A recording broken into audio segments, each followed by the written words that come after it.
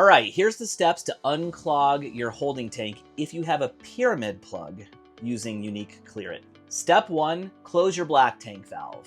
Step 2, add water to your tank. And I know this sounds scary, your tank is clogged. It's a scary thing to add more water to an already clogged tank, but you need to make sure there's water inside the tank to help the bacteria move around the tank, and also to have that sloshing motion is going to allow the waste to soften up and break. So you want to add water to your tank. Now, if you have a pyramid plug, odds are there's water in your bowl right now, and you can't add any more water. So what you're going to do is you want to run down to the hardware store and you want to buy a decent length of PEX piping. That's this flexible piping. Now you're going to take this PEX and you're going to kind of snake it down your plumbing line. You're going to start poking around. Now what you're doing here is you're essentially poking holes through the pyramid plug itself. And by poking holes like this, you'll know once you've poked enough of a hole because the water from your bowl will start to drain out and drain into the tank. Now we've made some space to put some water into the black tank.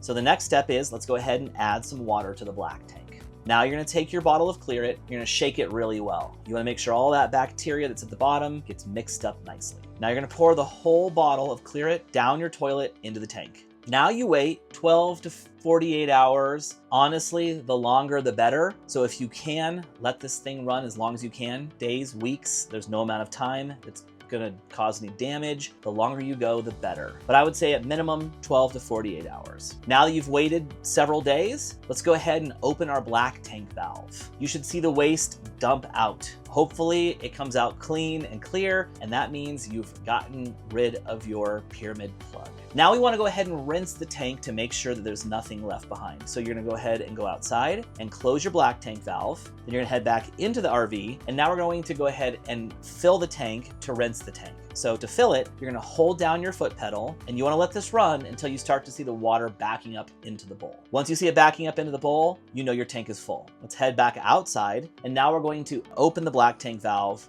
to dump the black tank. Let's do this again because it's always best to rinse twice. So now we have unclogged our pyramid plug and we have rinsed our tank twice. We are good to get back into the RV and use it again. But this time, remember, keep the black tank valve closed so you don't get a pyramid plug in the future.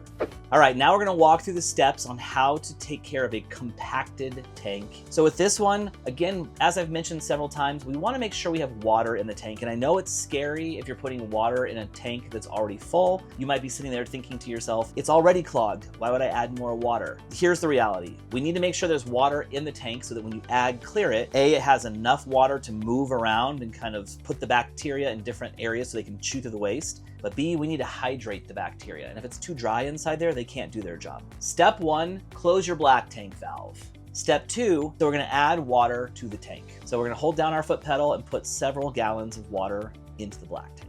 Now we're gonna go ahead and we're gonna take our bottle of ClearIt, we're gonna shake it really well. We wanna make sure that the bacteria that are at the bottom of the bottle get mixed up into solution. Now we're gonna pour ClearIt, the entire bottle, down the toilet into the tank. Now we let it sit. Compacted tanks are some of the most difficult tank clogs to break up because there might be gallons and gallons of hardened waste. So if you think you might have a lot of waste inside there, let this sit as long as you possibly can. We say 48 to 72 hours, but as I've said before, there's no amount of time that is too long. Truthfully, the longer the better. So let it sit inside there. It's not going to do any damage to your tank or components. And let's come back in a couple days, maybe even a couple weeks, and then we'll finish this job up. All right, so now that we've had this sitting inside the tank for a very long time, it's time to open our tank valve and see if we can get our waste to flush out. So let's go outside and open the valve. If the waste comes out, fantastic. You unclogged your compacted tank and we can move on to the next step. If you opened your black tank valve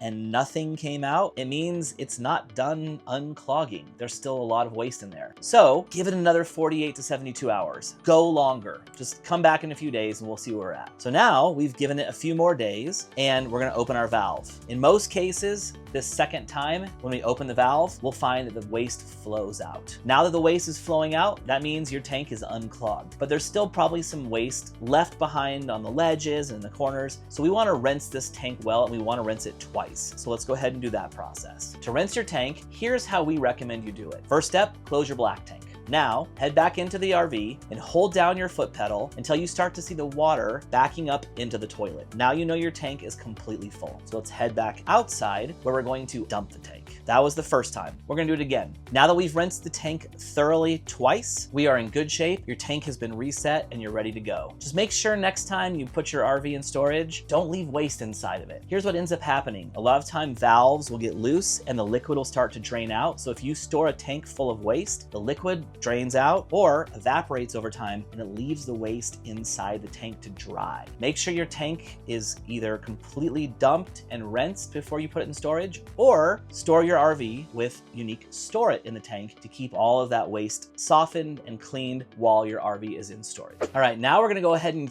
go through the steps of unclogging a blocked plumbing line. So what happens here is you have some amount of waste or poop that has gotten stuck inside of the pipe between the toilet and the tank. That's normally the case. Sometimes you might have some waste that is clogged between the tank and the discharge line, but it's normally inside the plumbing line between the toilet and the tank. So all we have to do is move that waste out of that line and into the tank.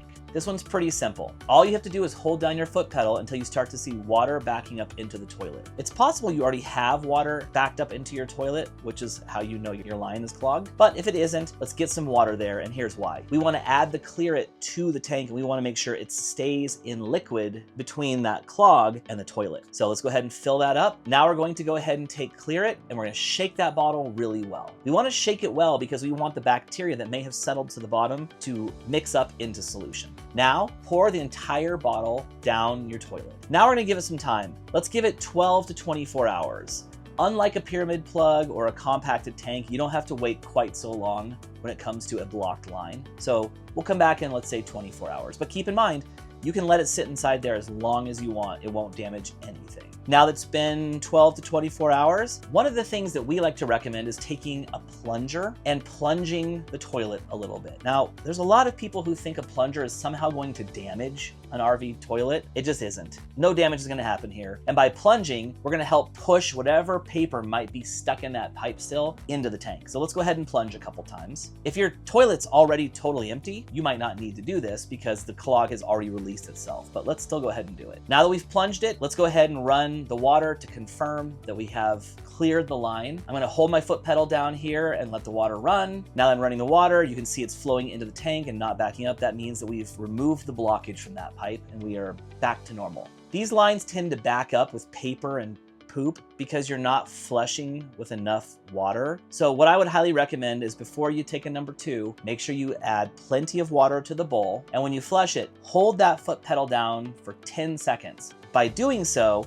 you're going to make sure the poop and the paper gets delivered all the way to the tank so you don't end up with a blocked line again. You're all set to go.